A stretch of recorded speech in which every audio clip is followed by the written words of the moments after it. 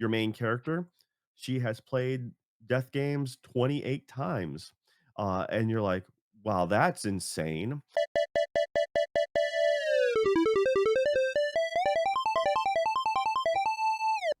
Hello and welcome to another Dead Pixel.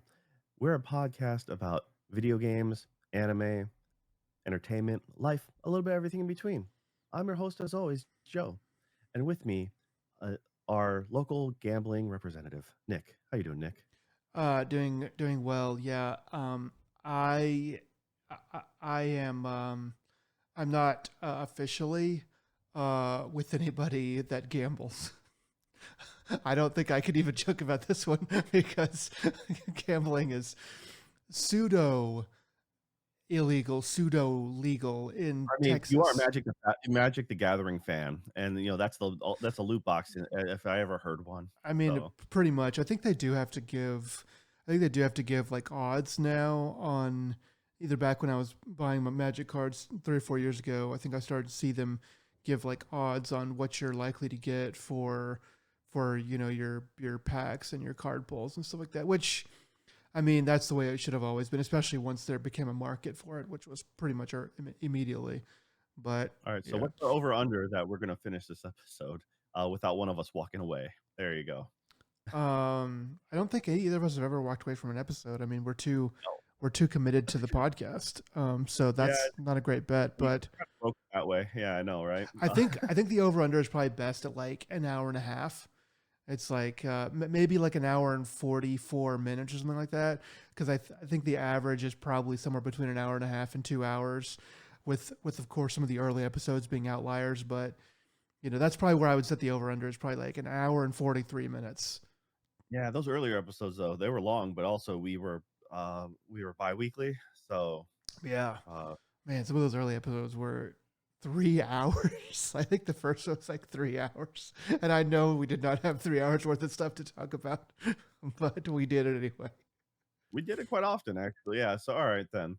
Well, let's see. Let's just get into what we've been playing. So what have you been playing, Nick?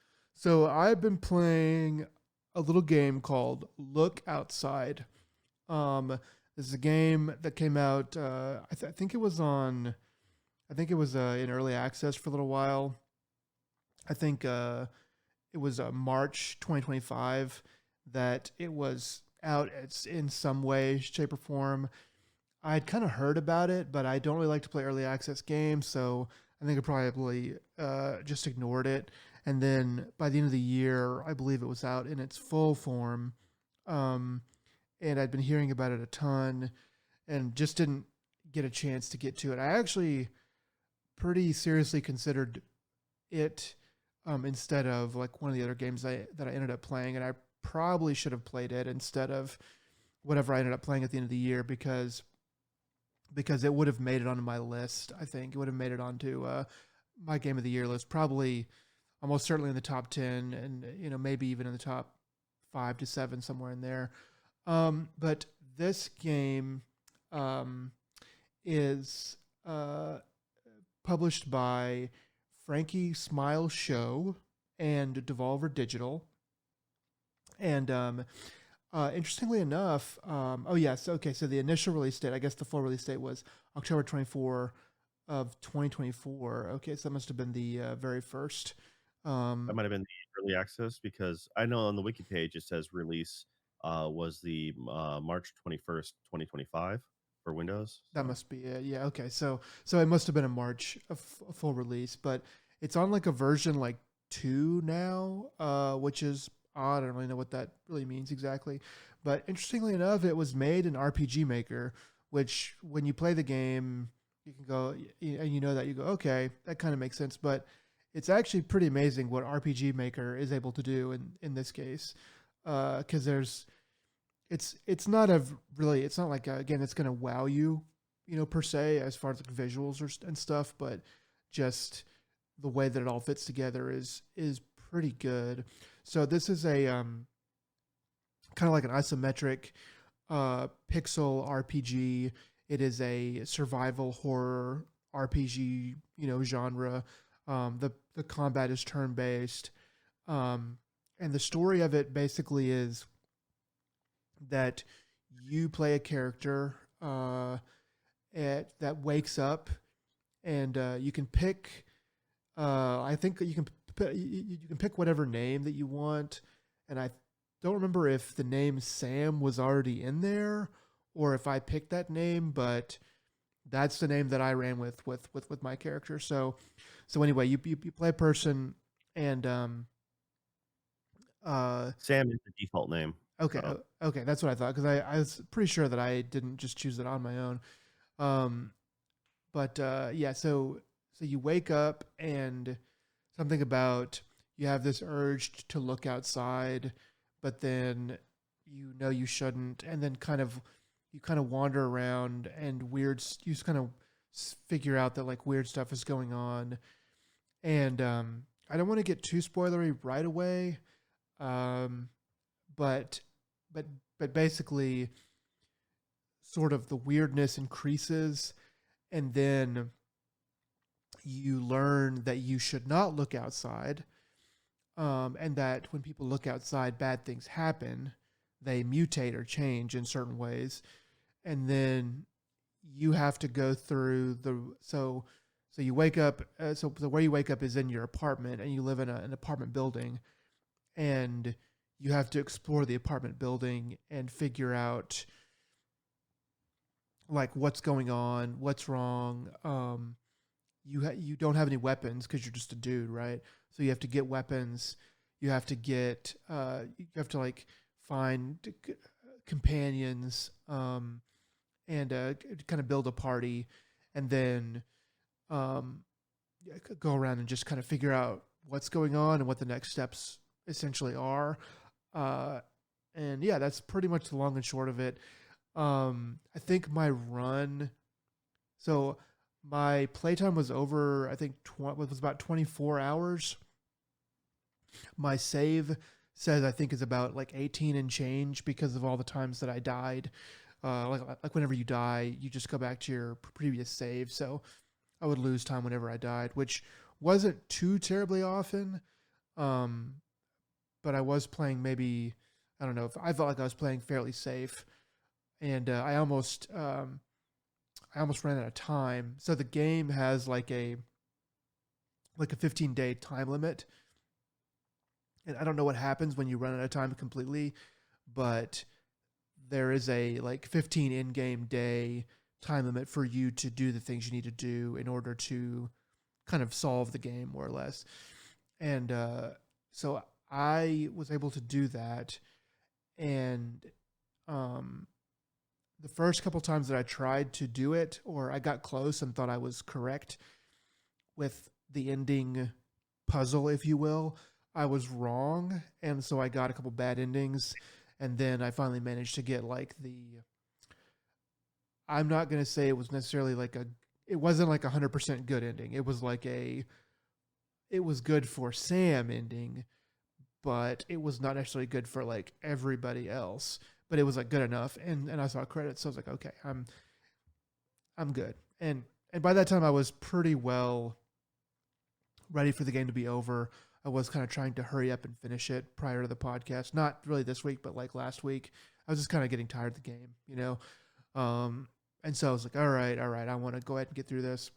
Um, the last couple hours, I did have to start looking up stuff for what I was supposed to do. I probably could have figured it out myself, but I was getting kind of impatient, and I was like, all right, I could wander around and keep resetting my save and try to figure out what it is that I'm doing wrong, or I could just, like, I know I have the pieces, just tell me what the combination is.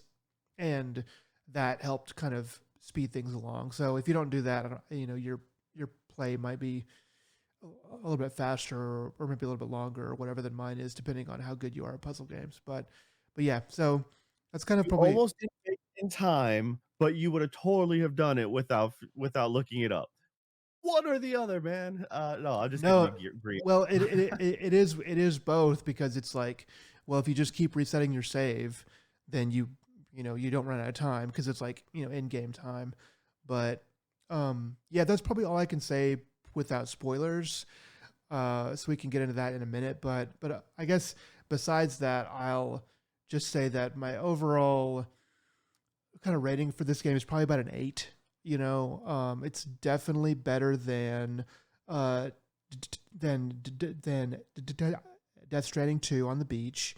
It's definitely better than that, but there are certain points that are like a little bit like um, toward the end where I just wanted it to be done.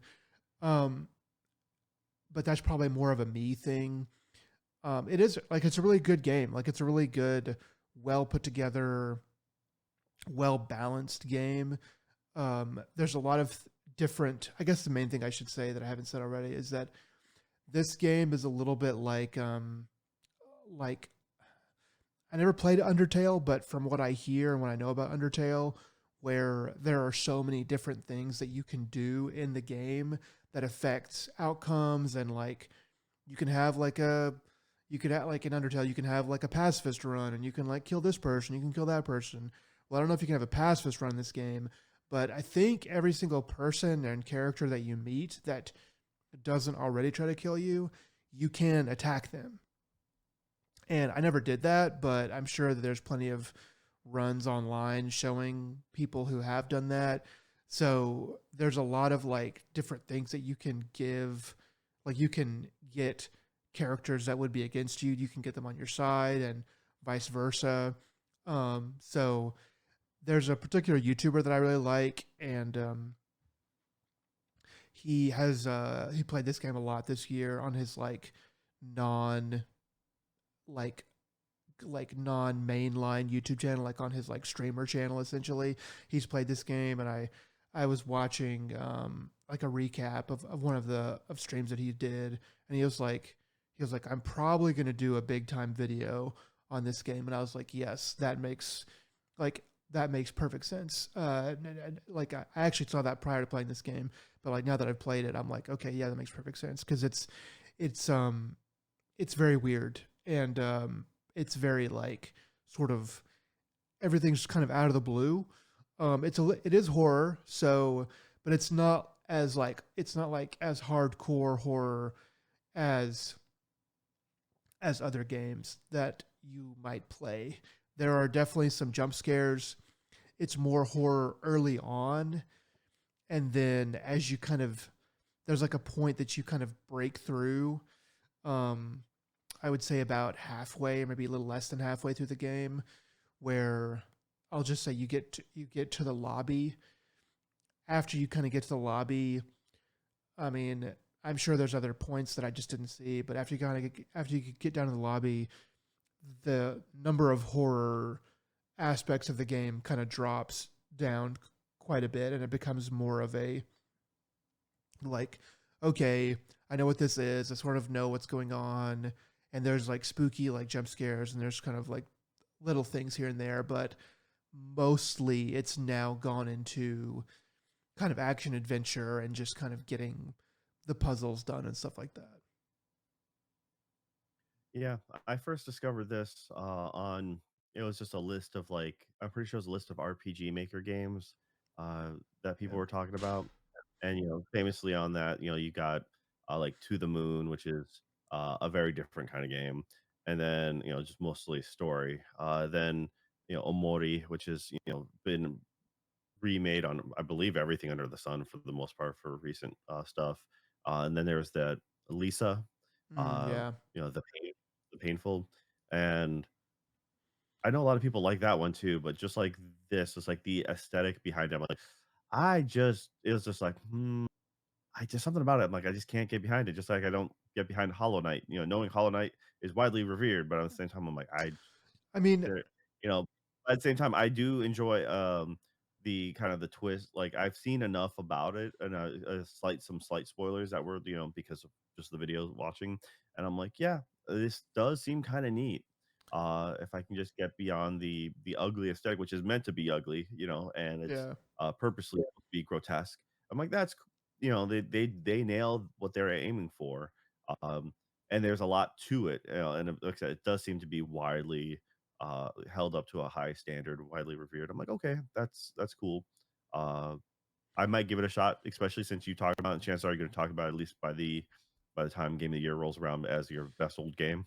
So Yeah, I mean it stands a chance to be it stands a good chance to be pretty highly regarded by me for like old game of the year or whatever. I would say that if I was talking about this game in March or even October of last year, I probably would say, hey, you got to play this game for at least like 2 or 3 hours just to kind of understand what it is because I'm definitely going to be, talking about it.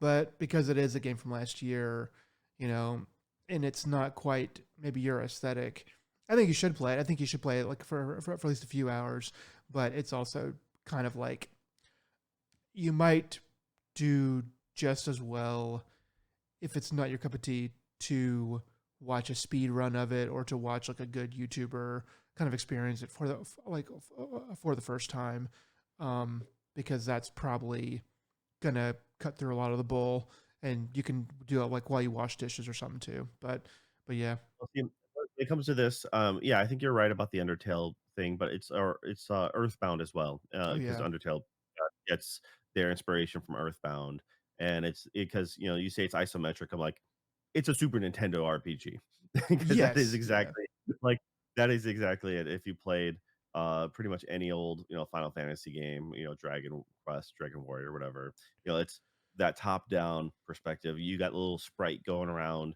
and then when the battle comes in play, that's when the battle is in a first person perspective. And yeah, I mean it's cool that people are making good stuff with simple tools. And I guess I should say the tools have gotten way better. I mean, because we're on like I don't know what rendition, but it's like at least 15 or something, RPG Maker 15 or something last I remembered. mhm. So they keep on pumping them out, and they pump out a lot of kits with them too, like art assets and everything, so you can I mean, use a lot of that. So yeah, it's heartening because it's just goes to show that like if you just have a good idea and you just understand like good game design, then you can make a good game, you know, maybe not one that is going to like be given an award by Jeff Keighley or anything like that, but like I'm pretty sure that out like Look Outside is has sold extremely well. I would almost be willing to like bet that it's sold really really well because it's been talked about by like tons and tons of YouTubers, and it's like sort of the kind of the what do you want to call it, the kind of um sort of breakout game or whatever. And I yeah, it's mean, an indie darling with indie with a darling, like yeah, it's an indie darling with, like, the, cult following, right? cult That's the farm, thing, yeah, it's like a lot of movies and stuff like that have the similar, like, they're not necessarily mainstream appeal, but they have that, they build that following afterwards. But in this and case, chances are, I mean, with a Steam rating of, like, 10, like, yeah, it's overwhelmingly positive.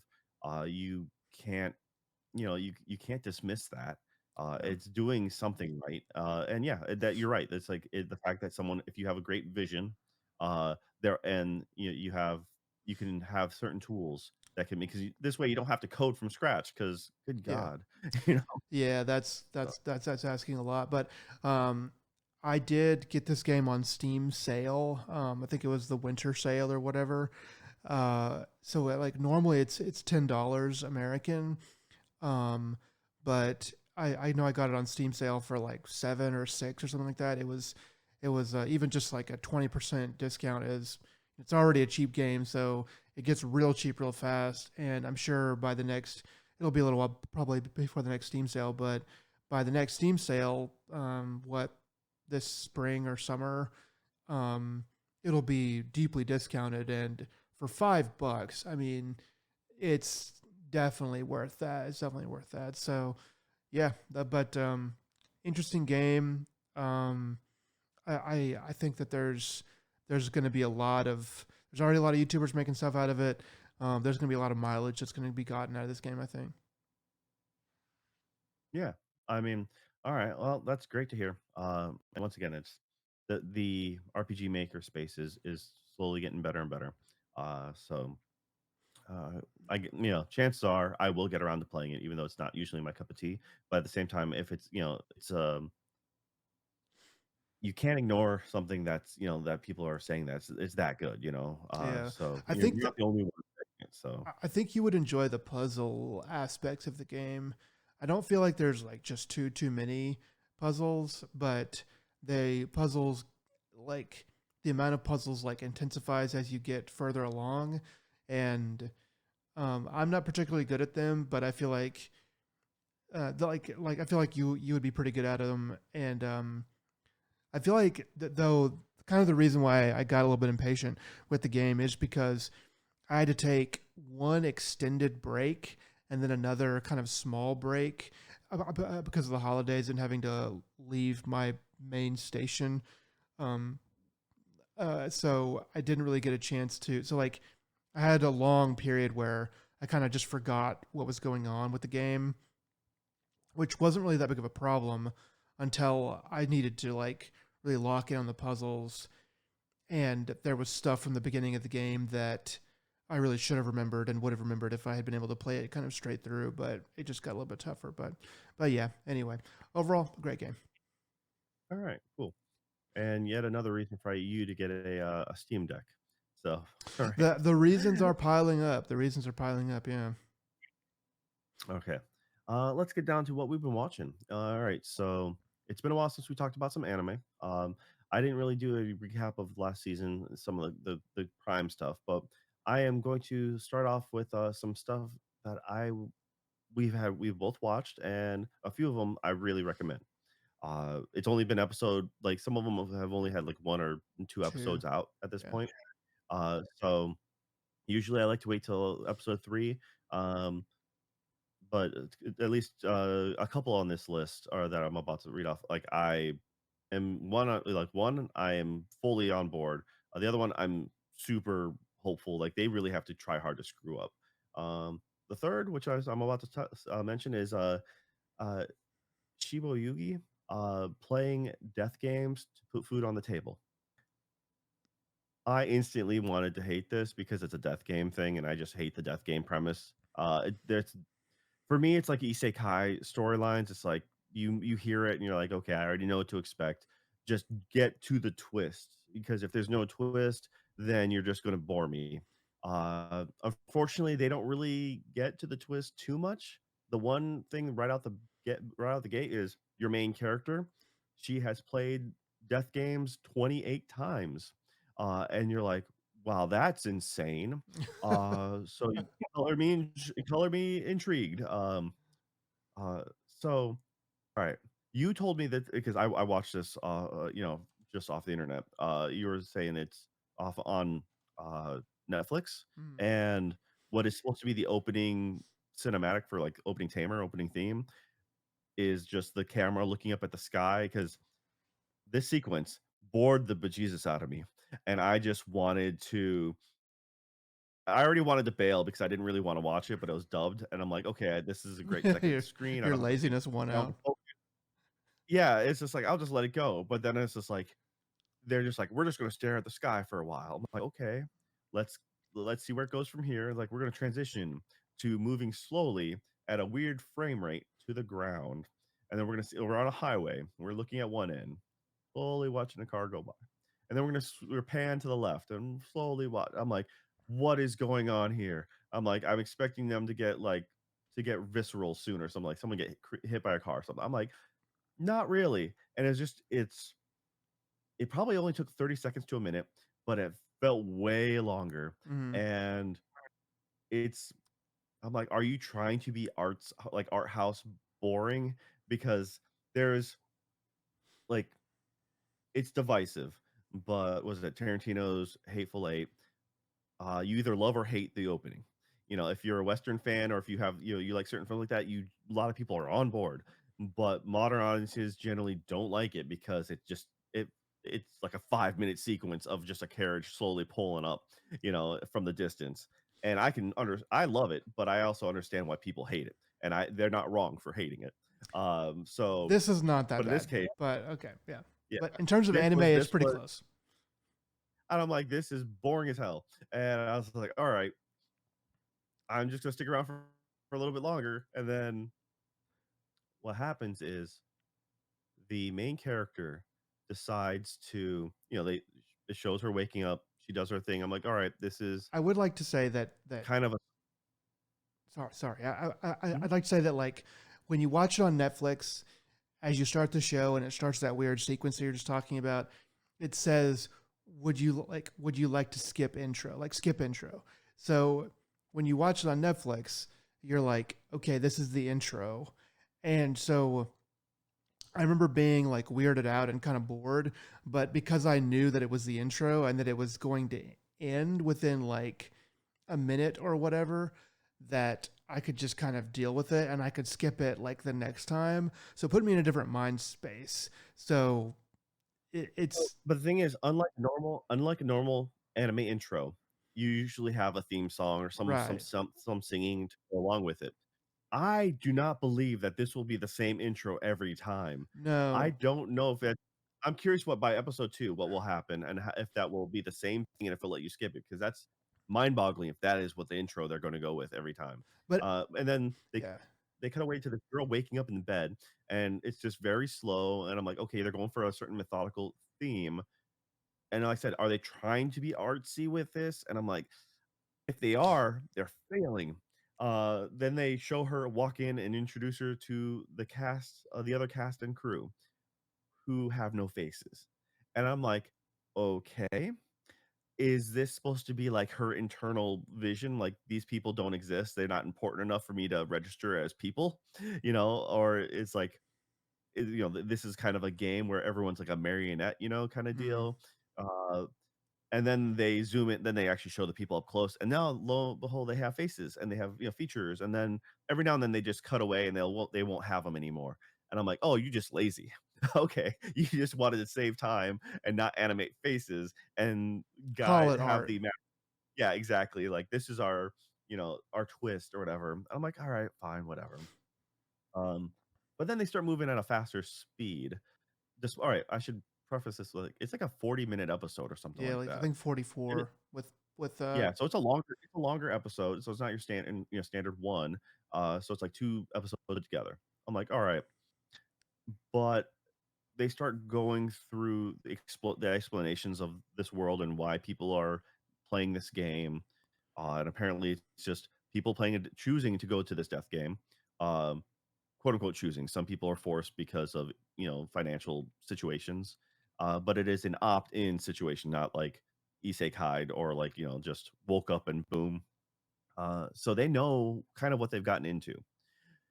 Uh, and with the exception of the main girl, number 28 or whatever, I forget her name, but there's only one other girl who has succeeded the game once before, and I believe they're the one, and I believe they take her out right away. So everyone else is like codependent on the main girl. I'm pretty sure that no, was the one that got no, because there's others. There's one girl that had never done a game before. There's one girl that done a the rest of like them are fresh. The rest of them are all no, fresh. no, no, no, Um, no, no, no. There's only one girl that was totally fresh. There was another girl who'd done like seven. One girl had done like a couple, and one girl had done like at least like there's only one that had only done like zero, I think. The rest of them I could have had sworn some there was experience.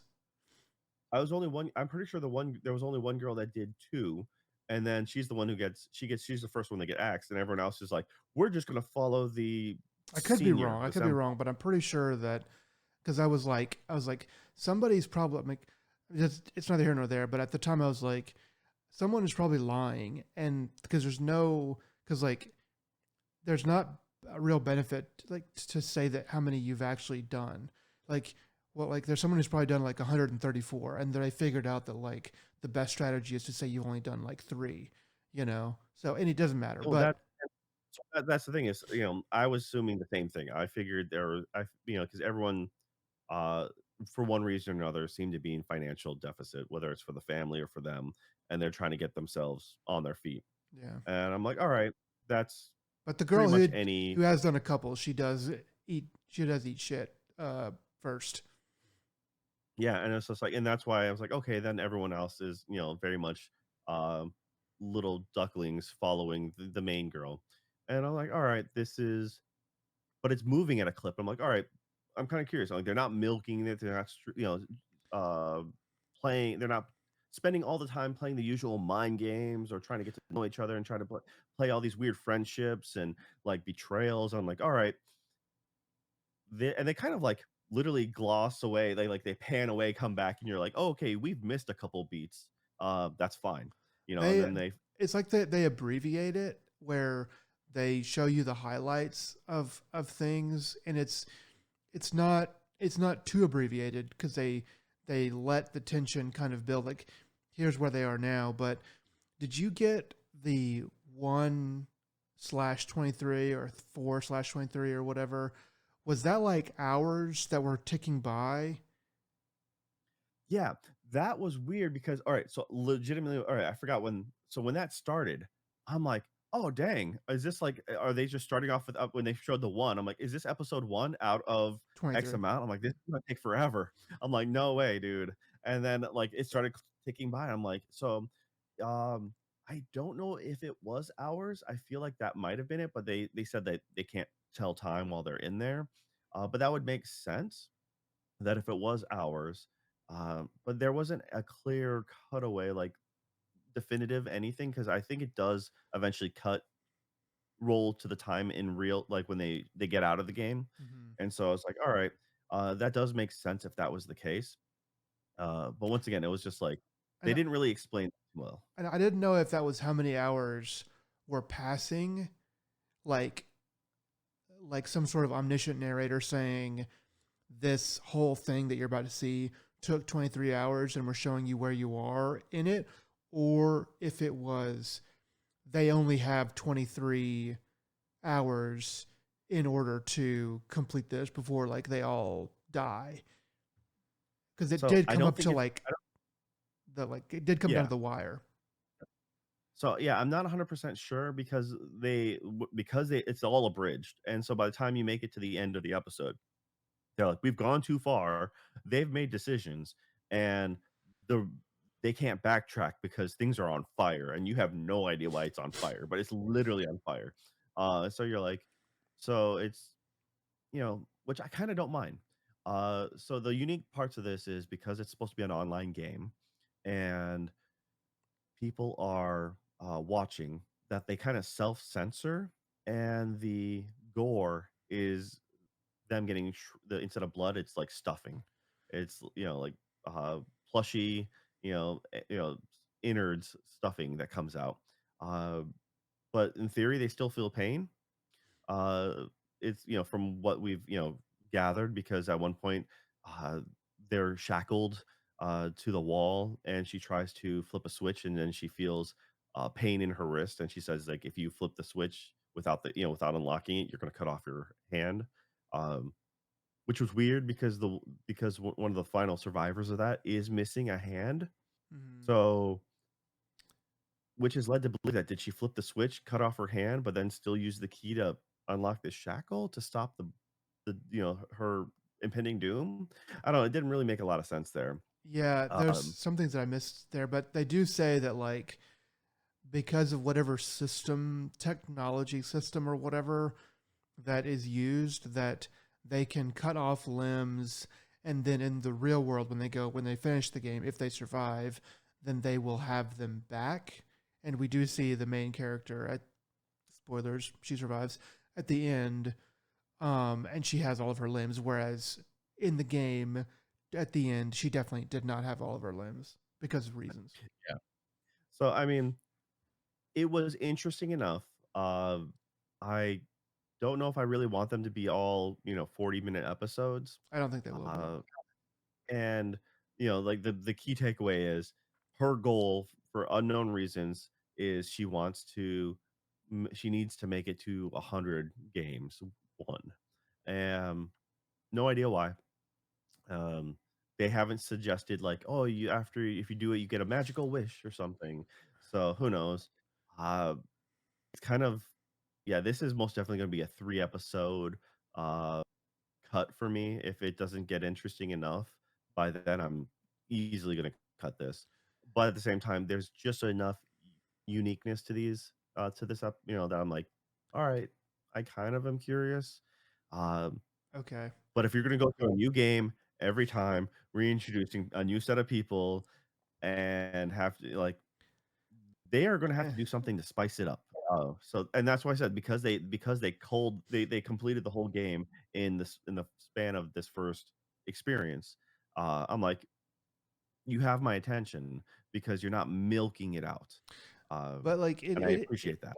it is like almost two full episodes worth, you know. So I don't know if, and I mean, part of this, like, the slowness of it hurt it, but also helped it. I think it helped it more than it hurt it. It helped like the atmosphere they were trying to convey. I don't know if they're going to be able to pull that off with a normal 22-minute episode. Um, and I don't know. Let it It's breathe, but because they abridged it, it kind of compensates for it. And once again, it's I would yeah. rather have this pacing is better than once again than doing the same as any other death game. Um, and it skipped a lot of the melodrama. They had just enough to make it relevant. They had just enough like team and mutual bonding between characters just for you to get the feel for it, and then to sympathize for certain people and to maybe start disliking certain people.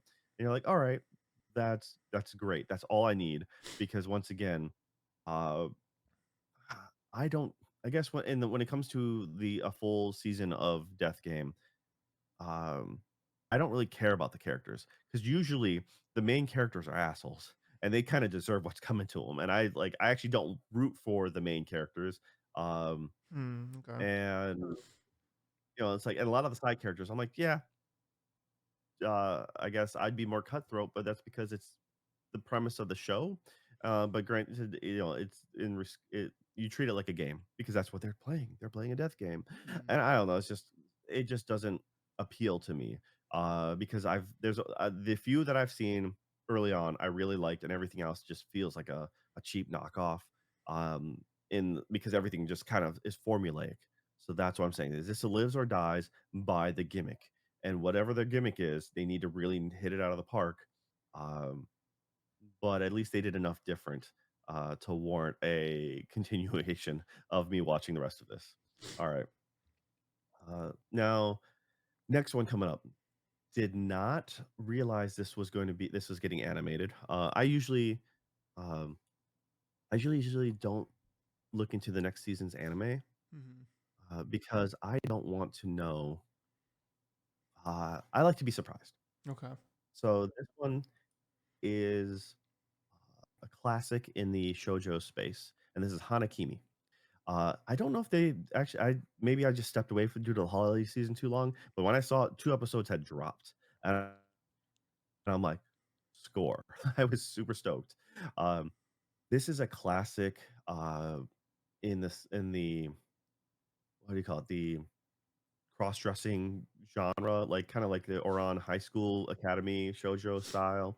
Mm. The love like romance group, and they had a really, really good Hanakimi live action years ago. Now there's like, to my best of my knowledge, there's like three Hanakimi series, live actions. There was like the original. They had made one in Japan. Korea made one that wasn't that great, and then Mm. Japan remade one again, and that one did so bad that the network that the first one did, they started airing they re-released their airing on the same time as the new remake, just to Oh, mess with them. At least that's what I was told by some fans in Japan that were really into it, and there was a really good drinking game we played with that first Hanakimi series that we replayed a bunch because we never made it past the first episode. Um, yeah. and it was like every time you hear the theme song, anytime there was a uh, some weird boys love tension in the air, anytime that like it was we had played a couple other things, but it's like you just take a drink every time. So we got smashed. So Uh, yeah, so I mean, I didn't watch all of the the first live action Japanese run of this show, but I did watch a couple episodes, and it is I can say that the original show has a ton of heart. It just sort of has a little bit of that lightning in a bottle kind of aspect to it. I don't know what it is about it, but it is good, dumb fun. And there's something about cross dressing that people just like. Uh, that there's something about it that just works. Like there's a lot of Shakespeare that has cross dressing in it. Um, it's just one of those things that seems to always work from generation to generation. So whenever I saw that this was being made into an anime, I was like, okay, I definitely want to give this a try at least. So, all right, I guess we should talk about the premise. Premise Okay. is Yeah. a a um, a girl with Japanese heritage. She is living in the States. She moves to Japan to stalk her idol. She's following him, but it's if you look at it objectively, it's straight up stalking. Mhm. And she to the point where she enrolls into an all boys school, um, which is absolutely psychotic. But once again, you're talking about the world of shoujo manga, and this I think it came out. Oh goodness, I forget when it came out. It came out forever ago. You know, The I first, remember discovering it in the late aughts, yeah, oh or the dude, actual manga itself. oh the manga. I don't even know when that came out. Probably the mid to late odds because I remember it was during the Obama administration that I was watching. Not that it came out right then, but I was watching the live action Hana Kimi during the Obama administration. So yeah, that should tell you a good bit. Yeah, I think that one came out in, like, '08, '07, maybe? I can Google it real Um, quick. so for me, it was the, I s so the original manga so like I said, it's a classic in the space. She ends up not only does she go to his school, she ends up going to the boys living in the boys' dorm. So she doesn't even live like an apartment. She lives at the boys' dorm, and she becomes roommates with the guy she's stalking. Um, it turns out though, because she admires him for his high jumping ability, and then she goes through all his trouble just to find out that he quit high jumping. Um, I mean, and so it helps to preference like this the year it was made or the era because if we're talking about like mid aughts, 2005 or something like that, Mhm. then you're looking at okay, cell phones, smartphones weren't really that big at the time. So, yeah. So a couple things. So in my research that I did just now, um, the the original manga came out in a magazine um, between September 1996 and August 2004. So it ran Okay. for a really long time, I guess. I don't know how many gaps there were in there, but it ran for a long time. And then, so it finished in '04 in a manga. And then I don't know if there was an anime ever done in that time, but the first live This is the action. only anime that I'm aware of. That's like I said, I'm super stoked about this. So the And so live yeah, action did come out in '07. The first live action, yeah. okay. Yeah. All right. Um, so there, so once again, we're talking in the late 90s is when this is all being written. No, like so no smartphones, no like technology, internet was really crappy. Yeah. So you can understand why she doesn't have the information she needs to know that the person she's following had quit the scene. Like if she's getting it from magazines and stuff like that, it's publications. She like if they don't report it, then they won't report it and she can't. It's kind of a lag But there. anyways, Yeah. yeah. Though the side characters are all really fun. It's just a fun roller coaster ride as far as these type of stories go.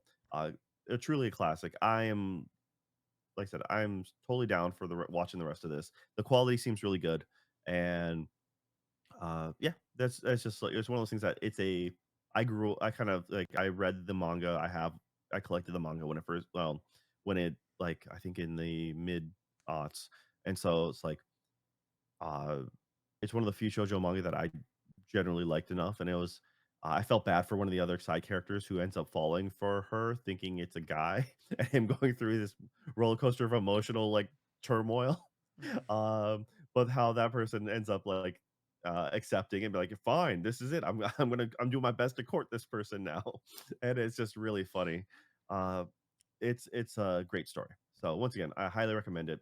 I'm super excited. But the other thing is also, um, I was super bummed to find out I didn't know that the mangaka actually had passed away. Mm. Um, so there's a little a bit in the episode where a blurb talking just kind of in memory of kind of a thing, and I was like, oh snap! So I had to look it up, and they passed away in October of 2023, and I believe it was supposed to be due to a heart condition, um, yeah, heart disease, and I'm like, all right, but also it's in Japan. I mean, they died at age of 50, so the mangaka is Wow. uh, he's, yeah, so Hisaya Nakajo, and she died really young, and I'm like, 2023. I'm like, in Japan, is it COVID related? Because Japan was fudging COVID numbers all over the place.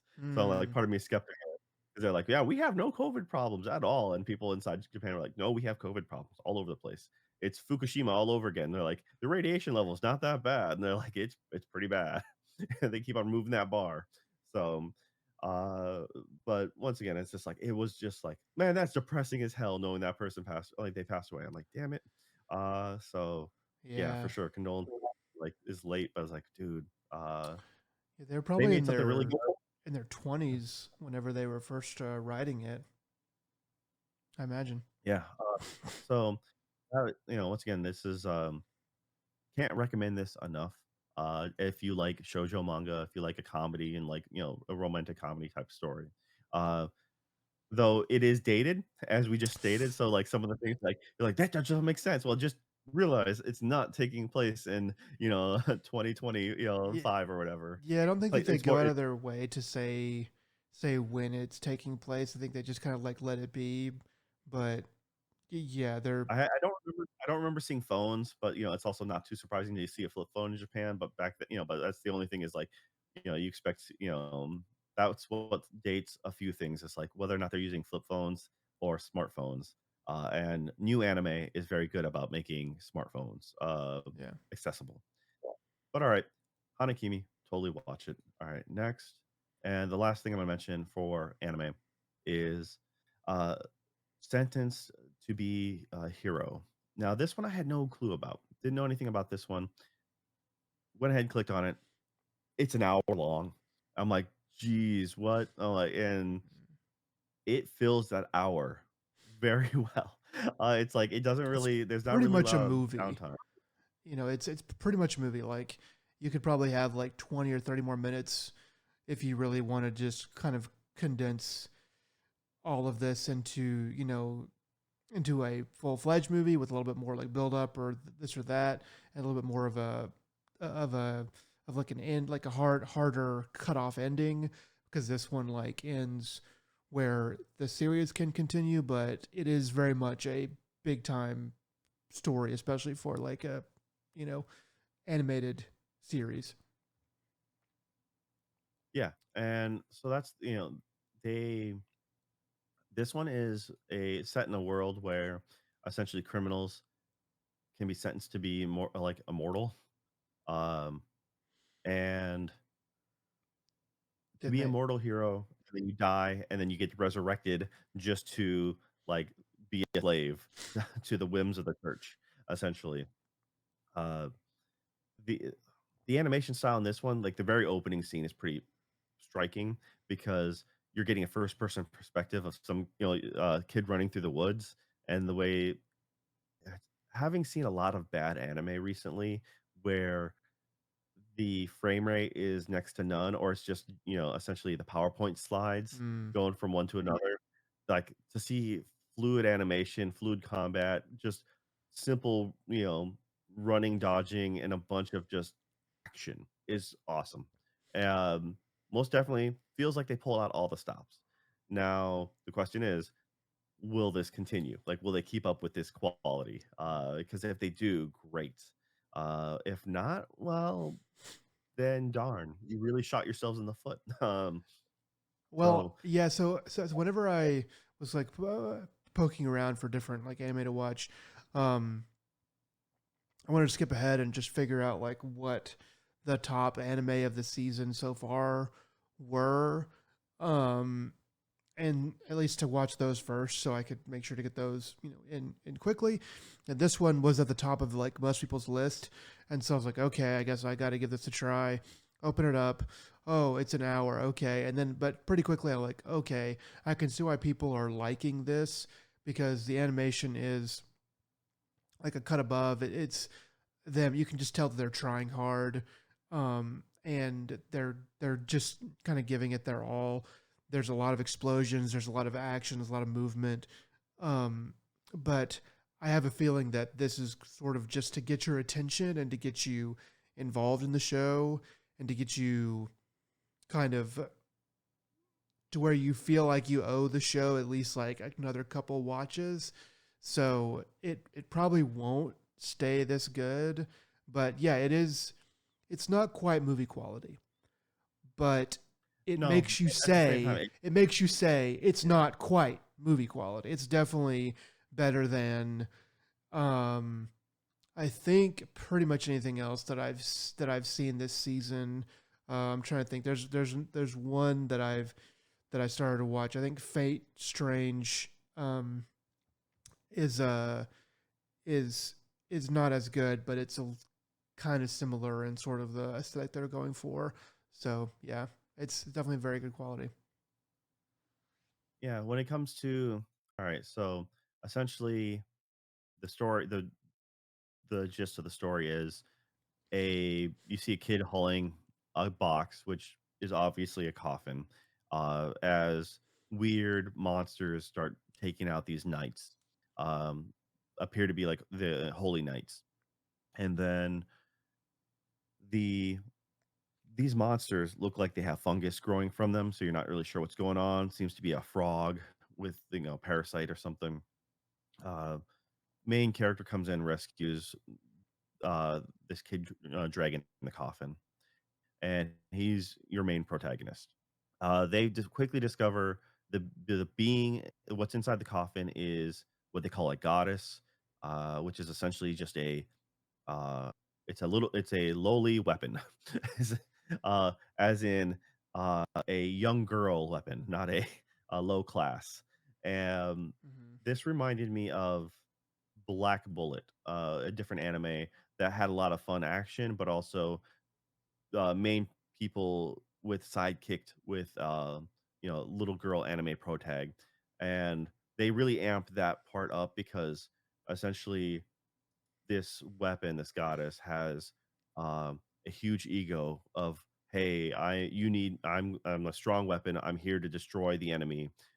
You need to work with me, and my reward is affirmation. Like, Oh yeah. praise me for my doings. I'm like, okay, so this is hitting all um the otaku or weeb, like gooning, like moe aesthetics. Like there's no way you could paint this in a positive light when it comes to this. You're like, yeah, yeah, you are targeting those lonely demographics. And like it's like, all right, well, we'll see how this goes. But what's at least entertaining is the way they draw the character, the goddess. She has the giant antennae from her head going straight back, but her hair is supposed to be like the end is supposed to be like a match or something like a fire. Mm-hmm. Which every time she gets excited or she moves around, it ends up sparkling like a sparkler, which I found was a nice touch. And you know the main character is very much adamantly like, I'm not going to work with you, I hate your kind. And you do find out why, and it's like, all right, it's kind of predictable. um but yeah, overall, without spoiling the episode, it's a lot of good action, very fast pace. You can clearly see where the episodes end, like they stitched the Mm-hmm. episodes together. They do a hard stop, like this is the commercial break, boom, black screen. Yeah. But at the same time, it's very, I'm happy that they did it in one big chunk. I don't, I'd be amazed if they continue at this kind of grouping. I assume it's also going to go back to normal episodes afterwards. Um, but it makes a very strong start. And yeah, I'm down for it. I've never heard of this beforehand. Came out of nowhere for me. Super surprised. This is done. I believe it's I think it said like uh Karakawa was Hmm. publishing this, I and then it remember was it was like Studio Katakawa. Kai. Okay. Yeah. So and then so yeah, it's just like, all right, great. They seem to really know what they're doing. They just need to keep it up, and I think we'll have a great one on on our hands.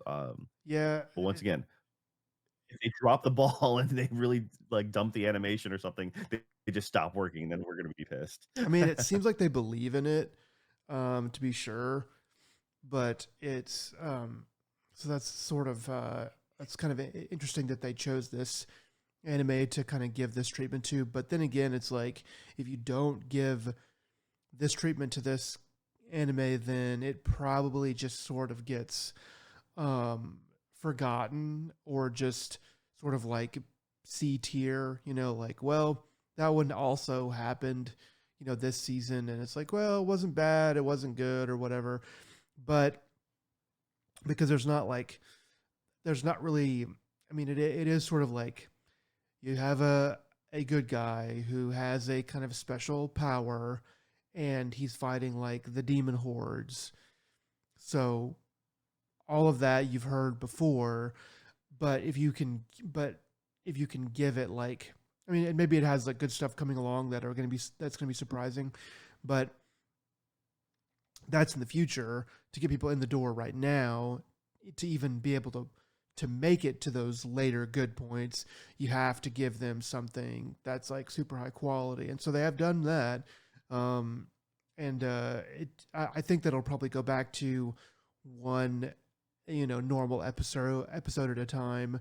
I told you prior to the podcast, this reminds me of Oshinoko. um Obviously, just in the kind of multiple episodes dropped at like at the beginning. I think Oshi was like even like was like a little bit longer. I think it was like 90 minutes. It was like 4 episodes maybe. Yeah, that actually got a theatrical release. That was how it opened. It opened in theaters. I Okay. don't think this one did that, but once again, No, not quite that I long. think it was the right move. Oh yeah. I think it's the right Yeah. move to have a It full got my story. attention. Just that's Yeah. the all these here that we've mentioned, like I said, at least once again, Hana Kimi, I didn't realize if it did come out with just episode one or if episode one and two dropped simultaneously. Not really sure due to the holidays. Um, but the other one, is the Death Games putting food on the table, having 2 episodes or having that be the length of 2 episodes, and this one being the length of three. That is the right way to do this. Really catches your attention. Uh, lets us talk about it more comfortably in the grand scheme of like, hey, this is they seem to know what they're doing, or at least they have a vision for it. Um, and the I think this is it really does help bring you along. It gets you fully engaged. You're willing to go ahead and commit because you've already spent, in this case, you spent the 3 episodes worth of time. Now, if they drop the ball, production stinks, they start, Yeah. the quality starts dropping, then well, that's going to hurt them in the back end. But for now, they have our trust, and this is mostly seems to be based off of a light novel series Hmm. that was started back in September of 2021. There seems to be 8 volumes of this. There's only like a 2 volume manga, so it's mostly a light novel, and which would explain the full name is Sentenced to be a Hero: The Prison Records of Penal Hero Unit 9004. So I'm like, yep, that's a light novel name if I ever heard one. So yeah, all right, that's it. That's the anime. It's been a while since we got to talk about it. Anime for a change. The new stuff is coming out. We'll give updates on these if anything goes south, or if it gets really really good. I'll probably bring it up again. But there's so much coming out. A lot of hopeful things. Some decent manga adaptations coming out that I wasn't expecting as well. Uh, some of it just is just solid, okay, fun, and a few of them that I actually am pretty stoked for. So, Hmm. okay, guys, let's move to the news. Nick. What do you got for us today? So there wasn't too much in ways of news, at least not like normal news or anything like that. But I did manage to get a couple things. So I put this at the top because it's the biggest news to me. So I go to work this past Monday, talking to one of the other people who is I mean, I don't know how much they are into Stranger Things, but they were willing to talk to me about it for a while prior to the fifth season coming out. So I was talking to them about my opinion of the fifth season and stuff like that, and they were pretty similar on it, I think, in a lot of ways. But then they were like, "Have you heard of this thing called conformity gate?" And I was like, "What?" So this was on January 5th, I think, that we were talking about this. And so basically this conformity gate, it was a conspiracy theory put out by the people by fans of Stranger Things. So basically people were watching the finale and they were noticing a lot of very strange things in it. There's a whole list. Oh yeah, sorry, I didn't even mean to do that. So a lot of very odd things in it. There's a whole list of things um, that that are very weird. Some of the things that are in there are like, well, that's probably just like a coincidence or a mistake or whatever. But there's a lot of things in the finale that they point out that do seem to be um, that do seem to be too out there to just be a coincidence and not to point to something. So the long and short of it, which if you're into Stranger Things at all, then you've almost certainly already heard of all this anyway. But but the long and short of it was they were thinking that the number 1 and 7 keep kept coming up in the episode in different little ways, different little like fake little ways or whatever.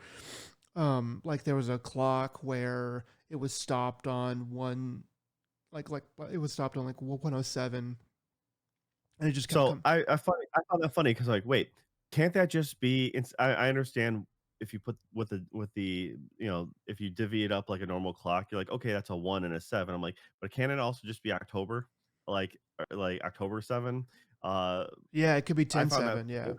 So yeah, so that. that's sort of what I kind of thought, but I'll talk about that in a minute. So basically, 1 and 7 keep coming up. So they were thinking that the secret actual final ninth episode was going to come out on January 7th, which would have been like Wednesday. And I was thinking probably The like, other bit was mhm, it was one of the ads or something was being like, talking about like, I can't remember, like a dark Christmas or something like that, or something along those lines, and they're like, "Well, Orthodox, Christmas co Orthodox is on the Christmas 7th." is on the 7th. It's like, Yeah. bro, that was dumb. But some of but some of the other things in it are very strange. They are like so like I never put much if any stock in 1 7. I think there is a weird reason to believe that it might actually be July 1st instead of January 7th, but that's my own little conspiracy theory. Um, there's a lot of things in the show where like they have they have like certain sounds that like the bad guys like laugh, or like his like there's like a tick tock like there's like a ticking sound that happens at the very end of the show. There is there's a lot of continuity errors, but there are continuity errors that the that the bad guy would have made if he was creating a fake fantasy world and putting all of them in it. So like an example is that in the 80s it's a general store. This one particular store is a general store, but in the 50s, whenever the bad guy was walking around in the town, it was like a shake shop. It was like a yogurt shop, or like a malt shake shop. And so those kind of disappeared anyway in the 80s, but it ends up being a malt shake shop again for the kids in like the 80s. So it's like, that's weird. And then there's a lot of bad things that the show did that I've talked about prior on a previous episode, but there's a lot of bad things that the show did that just sort of skip over important, like, well, what happened to the military, and like, what about this, and like, what about that. That it's like, oh, okay, so if this is all just the villain's like projected dream, then it makes sense that like things are skipped over and things are not done right. There's also that like the show sort of mocks the idea of like just a no explanation happy ending, and says like there's like a character that literally says like so it's just happily ever after. You're like, I thought you're supposed to be a better writer than that.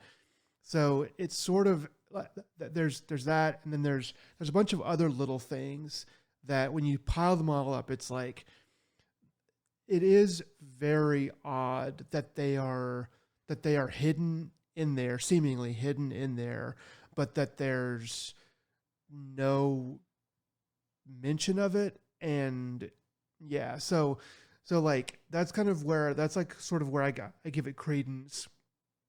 Um, but at the end of the day, I kind of look at it like it's probably just coincidence. It's probably just them trying to do something, or trying to make something look weird, or messing up somehow, or they're trying to put Easter eggs in there for all of the spin-offs that are going to come after. And then they're going to have like this spin-off refers to this thing in the finale, and this spin-off refers to that thing in the finale. And so it's all just going to be like slowly siphoned off and be like, oh, okay, so they were just trying to like extract more money and tie it back to like the main series. So either that, or they are leaving it open, and they will maybe not like like nothing happened on January 7th, and it may not happen for like a really long time, but they might have little things where they're like, hey, so we want to come back and make some more money from Netflix because we turns out we're not really very good writers or directors, and we are broke, and so we need to make money off of Stranger Things again. And so look at all the things we did, and now we're going to follow up on all those little weird things from the end of the show. So I'm under the camp of they've gone and messed up, and the fans are so desperate to find anything. It's the number 20, 23. yeah. It's the concept of, if it's like, if you just, it's like, no, no, no. Lucas, it really meant for, Jar Jar to be a Sith Lord. It's like, it's that pining for Yeah, your, but because you're so disappointed in your thing, to your the collective is willing it to. And if they're smart, they'll capitalize on it and be like, okay, we are now going to be secretly in production of this next bit, because they, everyone's wrapped up, everyone's going to be trying to do new things. So if they haven't already filmed the next part, already have it canned, and just sitting waiting to release, everyone's going to age the heck out way too much more than they already have. yeah. um so Like, they should have already filmed what they wanted. I mean, so there's a lot of problems with the theory, um, which I've kind of already talked about some of them, but like the main problem with the theory that I see is like you like you would need a lot of time to, first of all, like let's just say for argument's sake that there are more episodes, or there is another episode. Like let's just say that there's another episode, and let's just say it's 3 hours, or there's 3 hours worth more of whatever. I don't know if that's enough to, one, undo and explain what you just did with the fake out episode, and two, at the same time, make a ending that is also, or that like fixes it and is good, because there's a world in which they do all that, and the actual answer is as bad or worse than the original like one that everybody hated. I think there is a lot of like just hopium copium that people are huffing on to try to like be like, oh, we just want, like, because like it was a gigantic letdown for like a lot of people. So I think that that's most of it. There are some very strange real world things that kind of happened around it. So first of all, the fourth season took like 2 years and change or whatever to make, and it had more episodes, which not every episode, not every minute of film is created equal, so it could be different. But basically, it took less time and during COVID to film season four than it did to film season five, which was like less minutes overall and was not during COVID. So that's like a little bit. It's like, well, you can kind of explain that away. Like another thing is that the Duffer Brothers said that the finale was filmed on, or was written. The script was written on red paper so that you couldn't copy it, at least not like very easily or whatever, to prevent like leaks.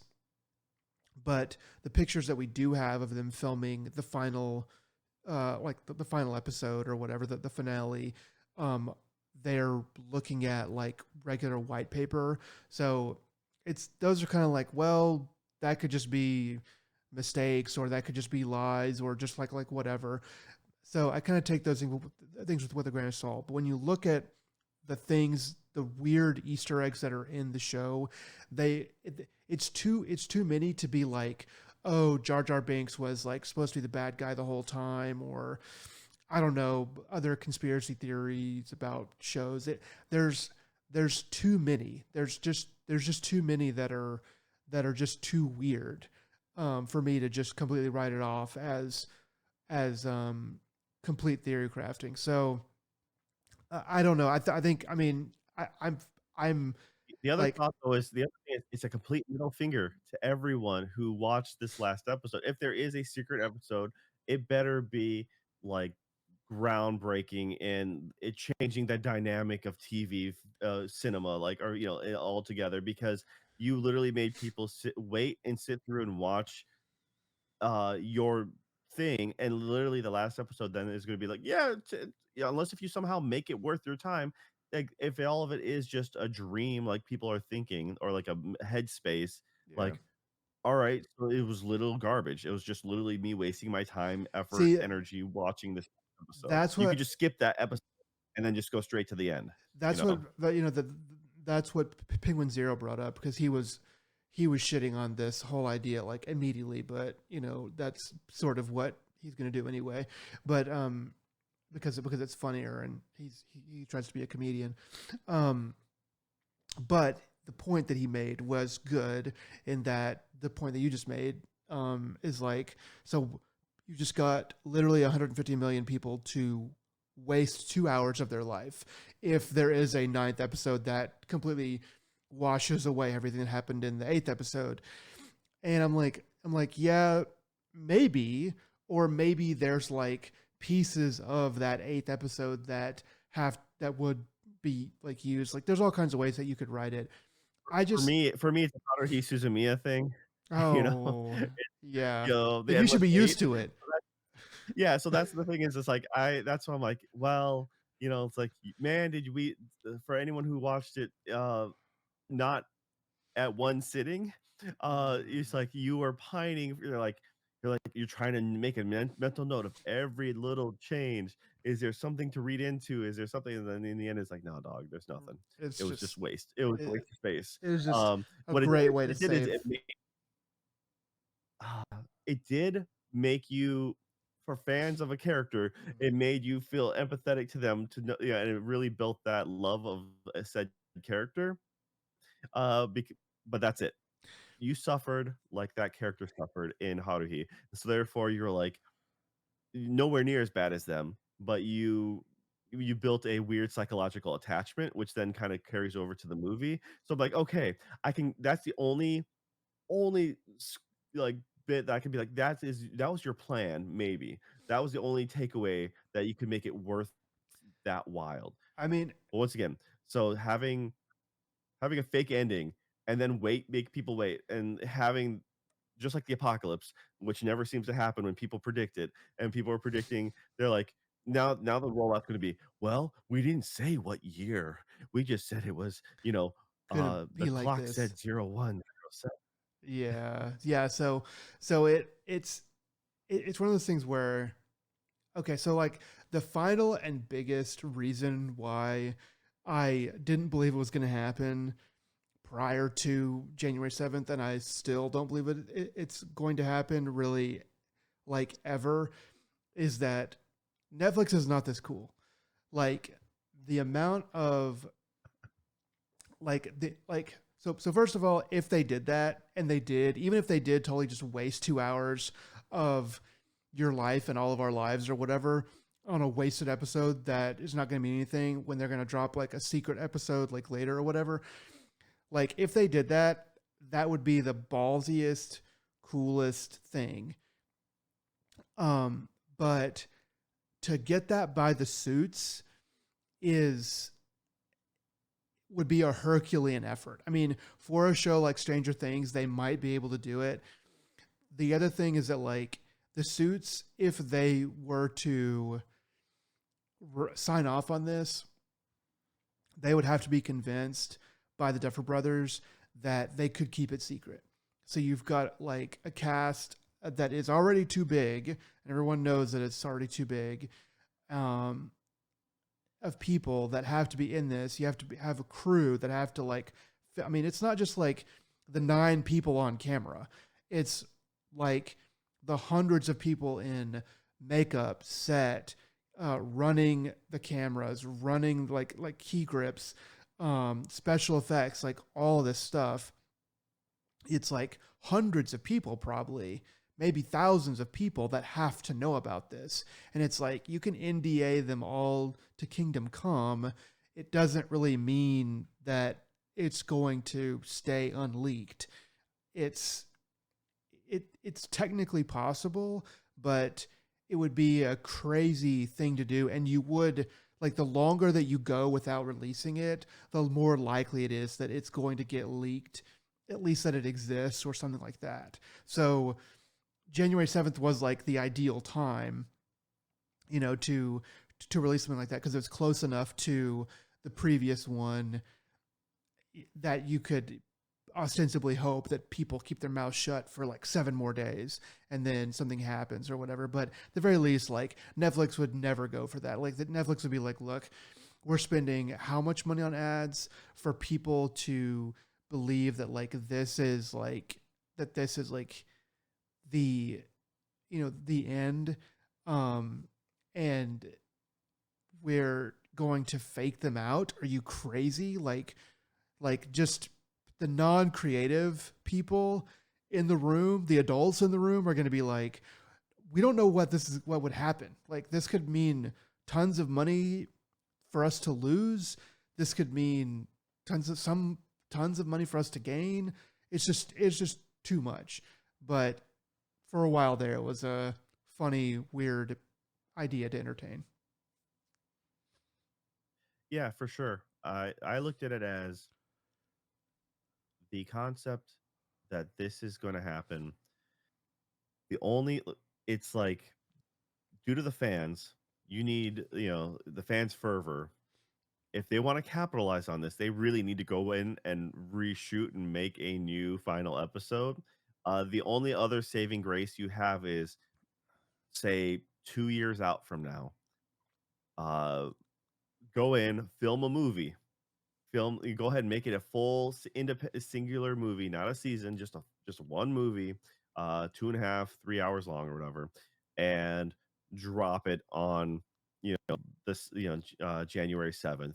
But then make it, do the Matrix headcanon thing where like, yeah, so they were doing mental gymnastics literally for upteen for this long of a time, and that's why everyone aged because they were literally like in cryostasis, like as it were, or something. Like they they were saving humanity by keeping them at bay. It's just I I love I love and hate the fact the fans you get a bunch of people together and they'll write themselves into Well, it's just, any explanation they need. I mean, it's just what happens whenever when you just completely whiff on a substantial number of things in the show where people are expecting you as the creator to be smarter than them, and it's like not everybody can be smarter or whatever. I get it, but like to just like end it like properly, and it's not on the Game of Thrones level, but it's really pretty close. And I honestly can't think of another show except maybe Lost that ends, in the same at the same level of bad. Like Game of Thrones is probably the worst Question ending ever made. for you: does the end of the series, does this episode ruin, like, retroactively make the stuff that happened before not worth it? No, because Like, do you like the concept of it, like the concept of what happens and the way that everything washes out at the very end, where it's like, well, if you just showed me the very last scene and not anything in between and said there's stuff that happens and here's spoiler for the very last scene, I'd be like, okay, that makes sense and it's not bad. Um, it's kind of what they do and what they forget to do between, and there's a lot of people who hate this final season. I thought this final season was pretty much the same as the other ones. I guess I would, there's plenty of people who would probably be willing to correct me on that, but I feel like the season for the most part is more or less the same, is more or less fine. Obviously there's parts that could be better. It's just the finale that's like, wait, you didn't answer this and you didn't do that. And of course those things need to be fixed by more episodes being corrected in the season, but like as you're watching it, like it's not obviously, I guess people were like, this season's bad even before the finale came out. They were already on it, So I don't know. I guess they're saying things that I'm not, or maybe they're right, or whatever.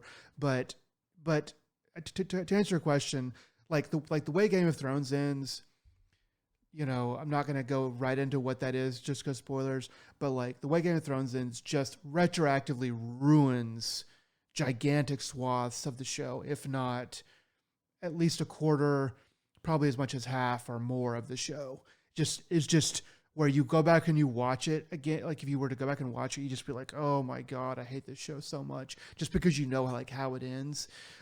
This is not that way, where it's like, okay, they messed up, they didn't fill in the gaps, but they at least, they at least did more or less what was like a safe but like okay ending. Like that's like the main thing that like a lot of people have a problem with, is like the characters, like none of the main characters die.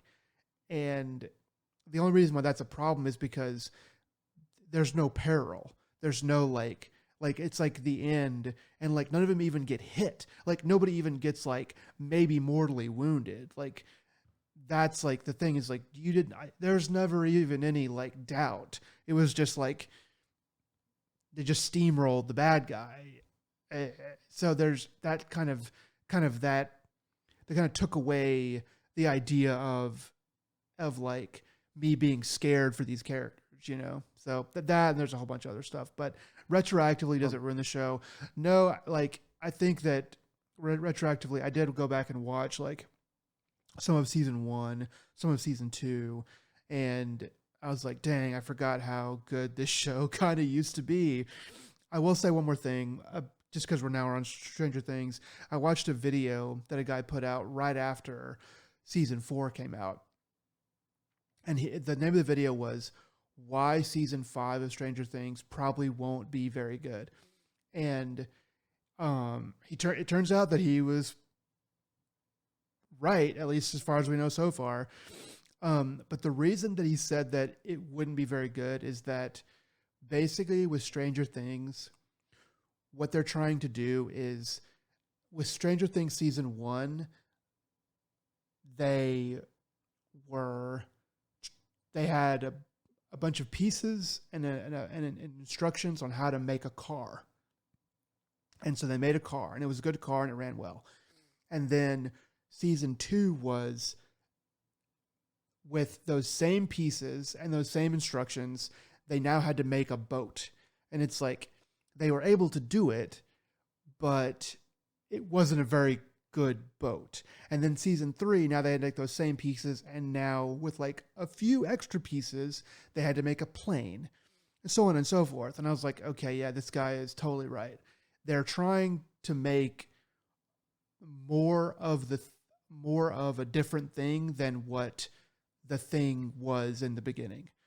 And that's sort of where you and when you watch the show, when you kind of look back at the seasons, you go, okay, yeah, I can see now, like this character was supposed to be like this, and now they're basically a superhero. This character was supposed to be just a small town kid, and now they are like a now they're like got to be like a monster killing, like whatever. And that seems to be sort of where the show kind of messed up. I just like watched that guy's video and I was like, dang, the timestamp on this is like perfect. Like this guy like completely, hit the nail on the head with it.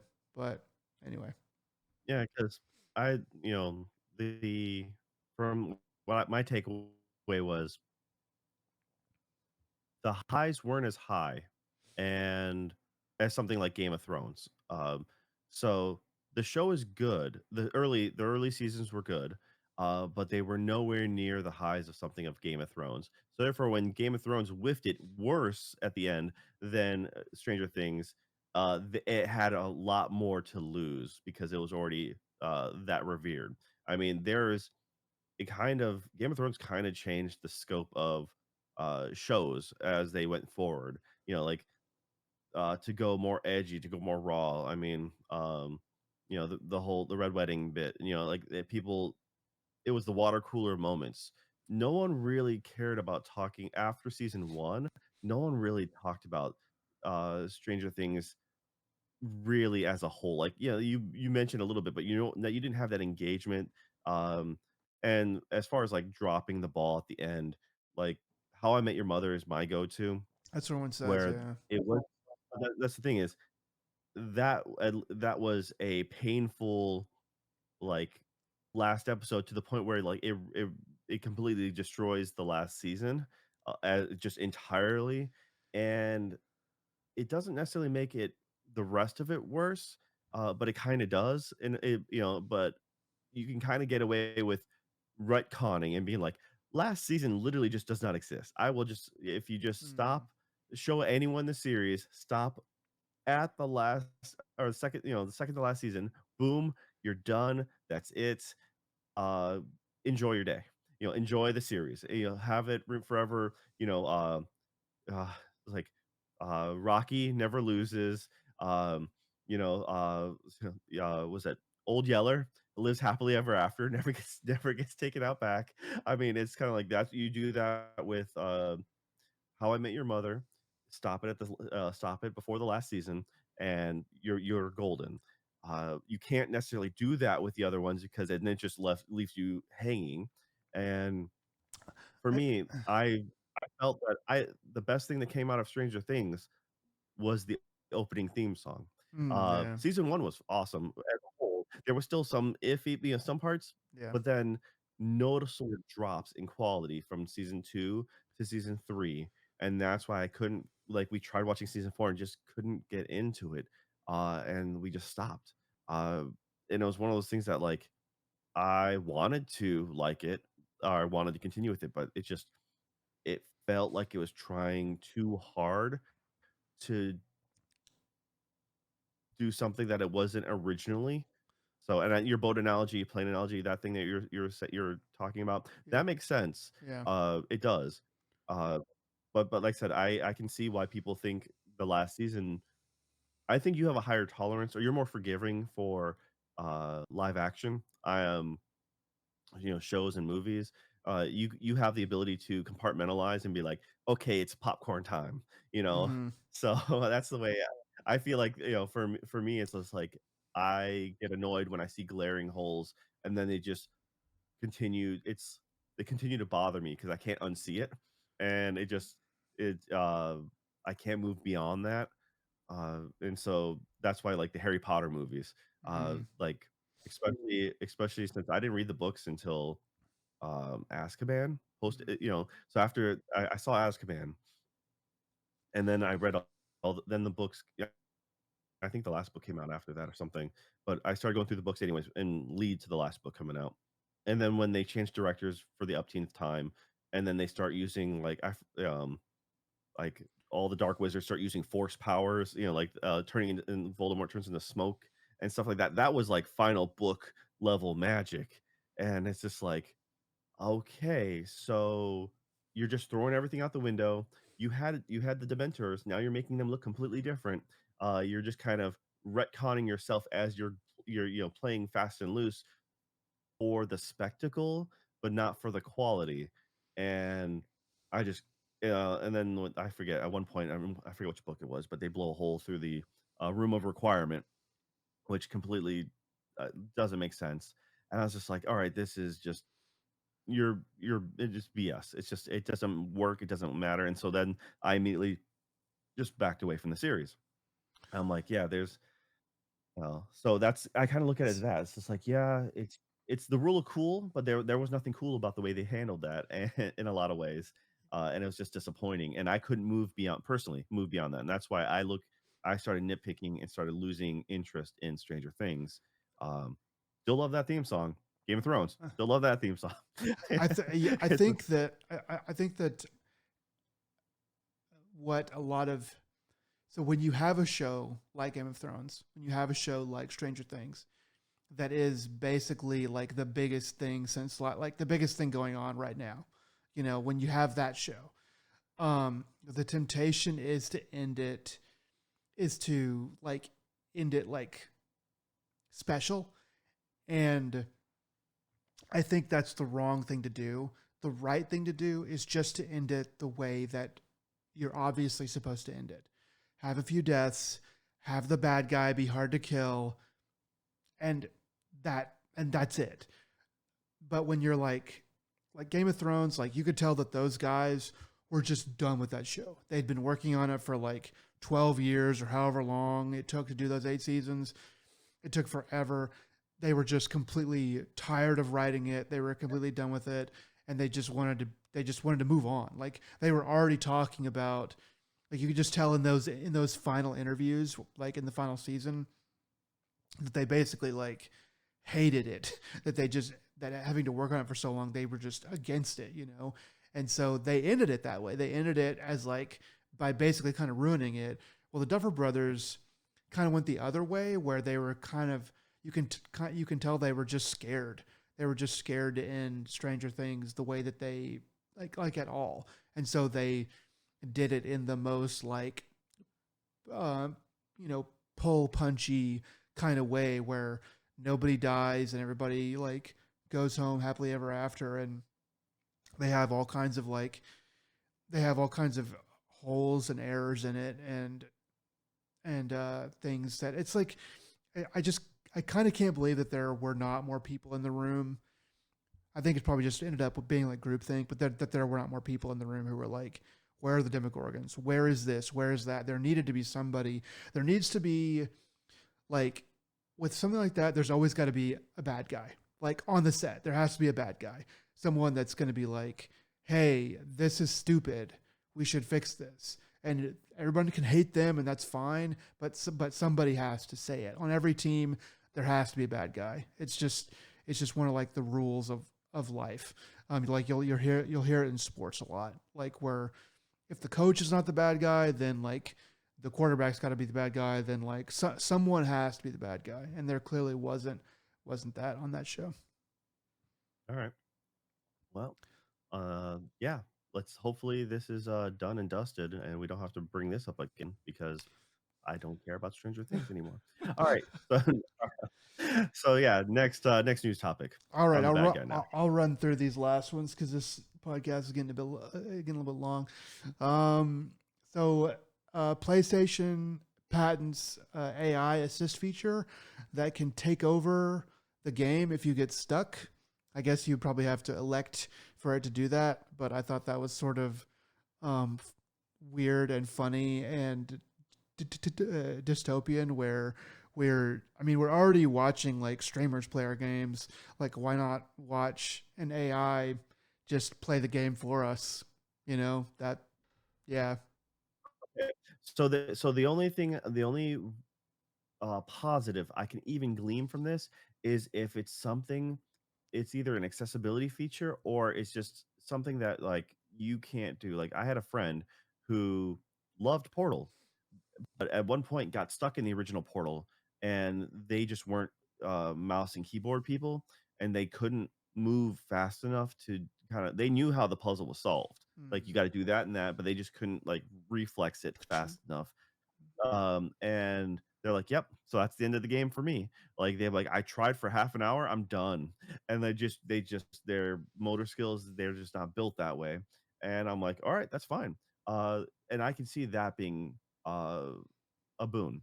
Now, when it comes to automatically taking over for you, I hate it when games when you're trying to because I explore the nooks and crannies of games. And so when you have an AI or the companion person yelling like, "Hey, how about this?" or "I think it should be over here." And some games are worse about it than others. It's like yeah, the moment you start to veer off center, like the camera whips around and looks at the exit or something like, or "What about this?" And like they keep on saying that, repeat that one bit as you're like exploring or climbing. "What about this?" The moment you don't move, I'm like, just shut up. And so I can see those same games being like, "Hey, I literally just went to go to the kitchen to grab myself a new drink, to refill my drink." And then all of a sudden the game just starts auto playing for you. That would yeah. just be like the I worst mean, nightmare possible. I mean, I guess I'm kind of a hypocrite because I did have to use like thing walkthrough to finish up of the end of look outside. I guess I don't want it to be like I guess the difference between that is like I had to kind of ram my head against the wall for a while and then go, okay, I've got to go to like a different website, look it up, and be careful about what I'm looking at. Whereas with like an AI helper, AI assist that's just going to take over the game, like I don't know. I just feel like I wonder. It's just games. It doesn't really matter. But I'm like, where is it gonna It does, stop? because if you're going to be playing a game and it has difficulty settings and trophies attached to said difficulty settings, and it's just going to autoplay for you, or uh you're trying to humble brag about like, "Oh Too yeah, many. I beat Ghost of Yotei on hard mode, and though I didn't do everything," but then the AI just finishes the rounds off the rest of it for you and be like, "Yeah, I couldn't feel, I couldn't fight that dude, but my count says I did." Yeah, That grow your kind AP. of takes away the experience. Yeah, exactly. Like, I'm just gonna play everything on the hardest mode. See my save file? It clearly shows that I did it. And I think, once again, I'm trying to look at the silver lining, and it would be great for if you literally just can't do it. But Ghost of Yote is a prime example. that was annoying as get out when it's just like, "Hey, you know, do you wanna back out of this?" Or the other games like, "Hey, do you wanna dumb down the difficulty? Hey, do you wanna dumb down" like, "Just shut up already." It's like Yeah. that's that makes it almost controller smashing, like, annoyance. So if they have at least a toggle switch for that, that'd be great, but also I don't wanna see that ever come up unless I want like, maybe once in a while and be like, "Hey, just a reminder, we have this feature for you if you need it," you know? And I'm Yeah. like, "Okay, I can see that being helpful," or just being a constant accessibility feature for people, and, like, that would be the best outcome for this, but I don't want to see my game played, uh it'd be like the ultimate, home screen for back in the day of, like, Nintendo and stuff like that. You just used to leave it on the start screen, Hmm. and then it'll play a trailer reel or something like that. Well, like, well, instead of doing that, just hit start and watch Link start his journey from front to end.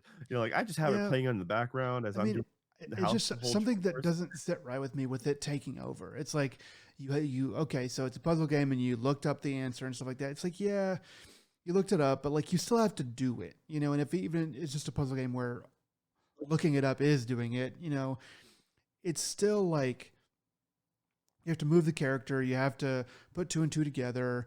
Um, and on most games, you have to actually physically be able to like hit the dot or whatever, you know, shoot the thing.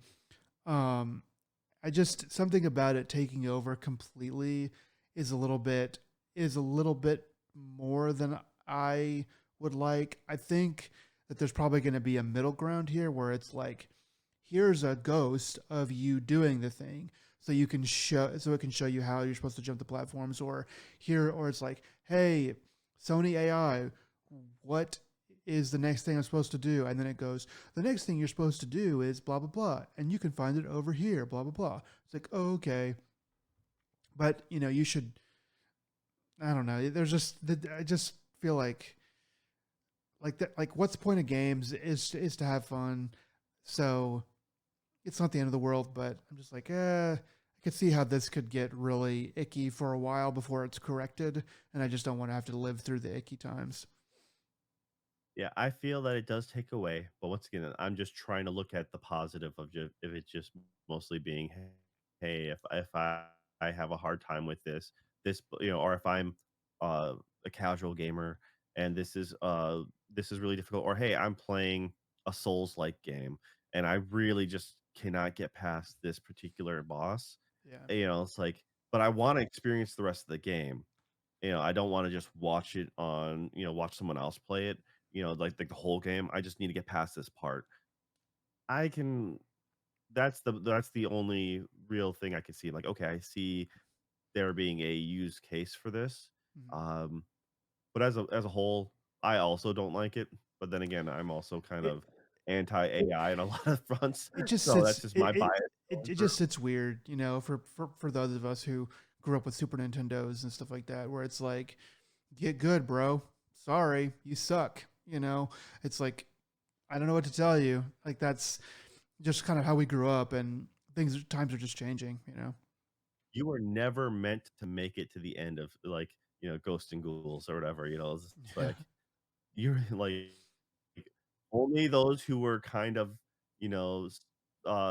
touched were supposed to be like, like, "I'm going to memorize this complete layout, not once, but twice," So, Yeah. that's those are special type of people, but the average layman is never supposed to do that. Anyways, alright, uh we'll see how it goes, but once again, I just painted what I felt was the best case scenario use case, and That's a good point I though. hope that in that case it follows the steps. Yeah. Alright, what else Okay. you got? Last couple things here. Switch 2 sales down 35% over Christmas compared to Switch 1 launch. And the launches are pretty similar. I was like, wait, I wonder if the Switch 1 came out closer to Christmas and so people were like, you know, grabbing for it more. No, it came out in March of that same year. People are pointing to like that it didn't really have any big Western titles. At least the Switch 2 didn't have any big like Western titles, and the economy overall. They're pointing to that as being a problem as well, being it being a rough economy for game sales, I guess. Um, but yeah, so I just wanted to point that out that Switch 2 sales were down. I think that's mostly because there's just not really there's just not like I mean Donkey Kong. I'm sure it was a great game and everything, but it's just not like having a Breath of the Wild. Like that was a system seller, a big time game that everybody wanted to get their hands on. But anyway, so there's that, and then some CES. Go I'm ahead. wondering what I was gonna say, no, but the overall numbers to that though is the key takeaway. Yes, the holiday some numbers were down, but also anyone who wanted to Switch 2 already has one. I mean, it's Yeah, readily that's a good available. point. There isn't a tentpole release to pick up for the holiday season, but if they played it the way they had in the past, they would have just trickled it out and then people would have been, starving for it. So I still think Whereas the Switch overall number of One, sales. yeah, whereas Yeah, the Switch, they drip fed the Switch 1. yeah, Yeah. so you couldn't get it until probably pretty close to Christmas. So that's why people were probably clamoring to get it around that Uh, time. and you had so much back catalog that they were porting from the Wii U, so it really helped make it it padded the actual games. Like people talk about how there's a lot of good games, and there were, but a lot of those like a percentage of those games were also ports. Now, just also on the same about bad numbers, was it on VGC? They talked about how last year, the worst year on record for Xbox consoles in the UK, Mm. and how it was like down nearly 40%. So yeah, and once again, we've discussed that many times. How uh, unfortunately Microsoft has not brought a lot to the table. Also, first party things. It makes sense.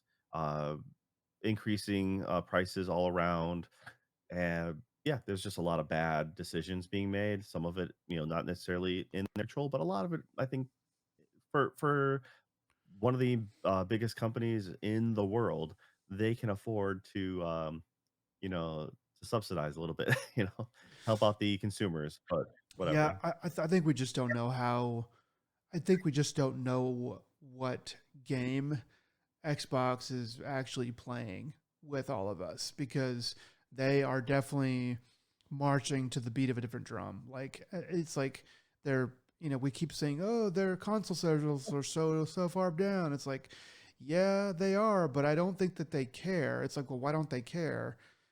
That's it's one of those weird things. But yeah. So anyway, I just wanted to okay. So you brought that up. So I mean it's just I just think that they're either playing by a different set of rules or they're about to go bankrupt and stop being in the video game space like altogether, which I think is not likely. So I'm betting that they're just thinking about things differently than we understand right now. Okay, Yep. All right. Yes. Yeah. so this is just what I pulled from CES. I know you typically follow CES a lot closer than I do, but I'll just go through some of these highlights that I pulled from some random website. So uh, what does CES stand for? Computer Expo something? Consumer electronics. Oh, Consumer Electronics Expo. and now that I said that, I'm probably wrong. Consumer So yeah. Electronics. What does S stand for? It might be. Let's see. It might be Show show probably. or something like Yeah, that. My bad. Consumer Electronics Show. Yeah. Whatever. CES. I'll Um correct myself. It's 5 minutes. yeah. So a couple of the highlights that I saw one of the weird little things is that Lego is joining electronics. They have a Lego smart brick that they're coming out with. Basically lights up in certain ways and it also reacts to how you place it and like movement around it and stuff like that. So it has a battery. I was reading somewhere else that it has a battery that lasts like a really long time before it needs to be recharged. So it's sort of a weird concept, but they're jumping into all of this like wireless stuff. So you'll probably see that at your nephew's birthday party. Um, and then there's LG made a little robot. They call it the Cloyd robot. It's not for sale yet, but it's this little tiny robot that can do that it can like start laundry cycles, fold clothes, unload the dishwasher, or even serve food. It's more of just kind of like, hey, look what we kind of made here. Doesn't look like it's really for people to buy yet, but the but Wait, it is that one the H1 they were talking about? I don't Like know. Cloyd, metal CLOID. H1?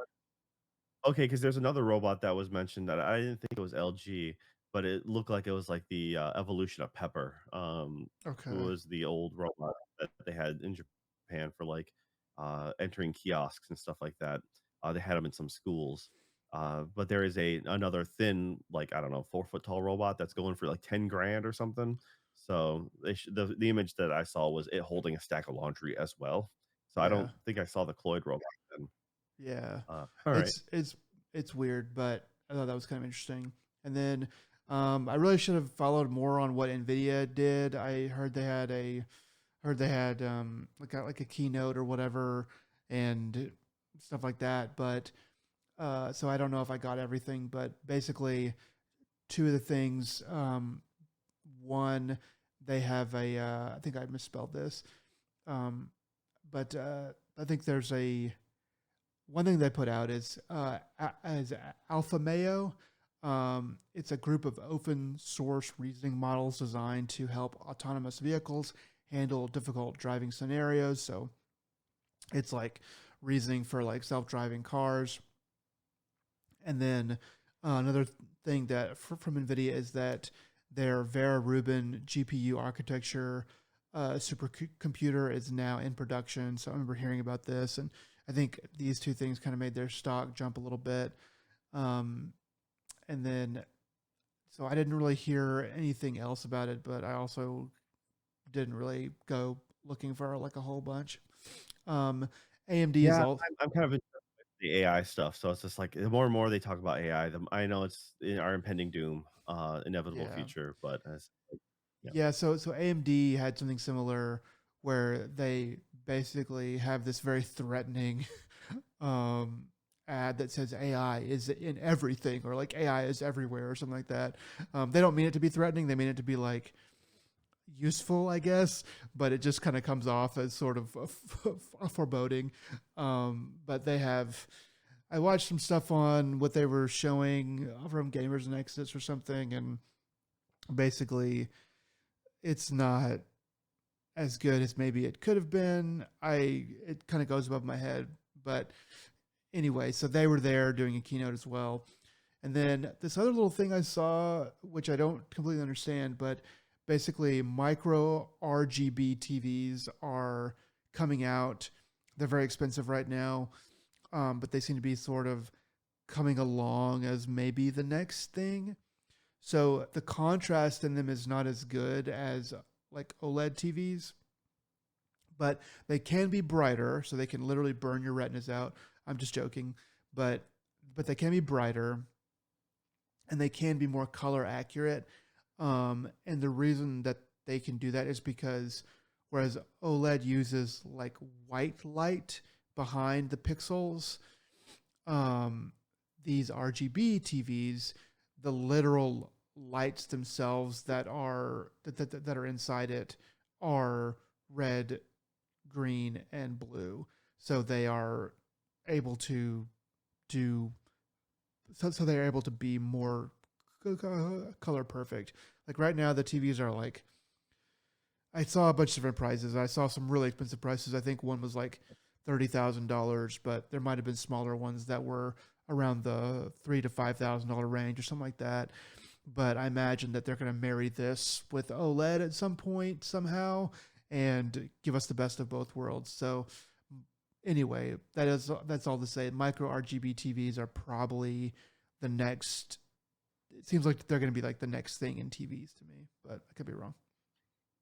Yeah, so the only other thing that I really knew that spoke out to a lot of people was Lenovo making the Legion Pro. Oh yeah. Uh, so that one's like, if I'm gonna make probably get this wrong, it was a 16-inch that laptop that can then screen expands to, it was either 22 or 24 inches or something like that. So Is this the the idea of trifold having or the double fold? uh no, it's supposed to have the screen that rolls out, Oh, weird. Okay. is what they're saying. Yeah, so uh and they were supposed, I think the marketing was showing that, like, you know, the concept of being like in app or in game, like the idea of it rolling out. I'm like, so chances are it'd probably best you'd have to stop your game and reset it for the new settings. Um, or it would be in the one format until it got long enough, and then it'd go from the one format and pop out to the next format. Mm, Uh, is my guess. But it's supposed to go from uh, like uh, 16:10 or something to 21:9, and possibly even like 24:9. mm. So it's supposed to get out pretty big aspect ratio. The, Um, there was a laptop that I did see that it's a ROG Zephyrus Duo, and it has the keyboard, right, and then it has your laptop screen, right, but then there's another laptop screen that flips up, so it's got like a stacked screen, which is, in my opinion, not particularly useful. It's not totally useless, but I much prefer side by side screens rather than stacked screens. But anyway, it's an interesting idea, and it's definitely more portable than like flipping out a screen onto the left or the right, you know. But anyway, I thought I saw that and I was like, holy crap, that's kind of weird yeah, looking. I forgot about the Asus ROG Zephyrus Duo. So yeah, Looks that is a expensive. yeah, well, it's ROG, and I think I couldn't remember if the keyboard was detachable or not. Oh I yeah, they think it said it is. was. Yeah, they So said I it think, was. yeah, that's the other key takeaways. Then you can, it's a portable desktop where you then can set it on the desk and sit back and relax, and so therefore it'd be more comfortable to dual monitor it that way. Uh, which is a thing. So all right, there are some neat innovations. Uh, CES is a lot of fun. I think it's this one was okay. I mean, it wasn't like, I don't remember. I think I got more entertainment out of this one than I did last year's, but uh, it's I'm kind of curious about I'm always interested in the new TV and monitor technology myself, because yeah, my OLED is pretty old, Mhm. and it was before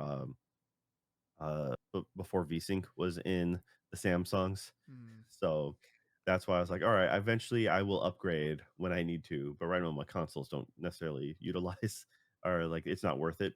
And then the I want to upgrade my monitors because my monitors are pretty old too.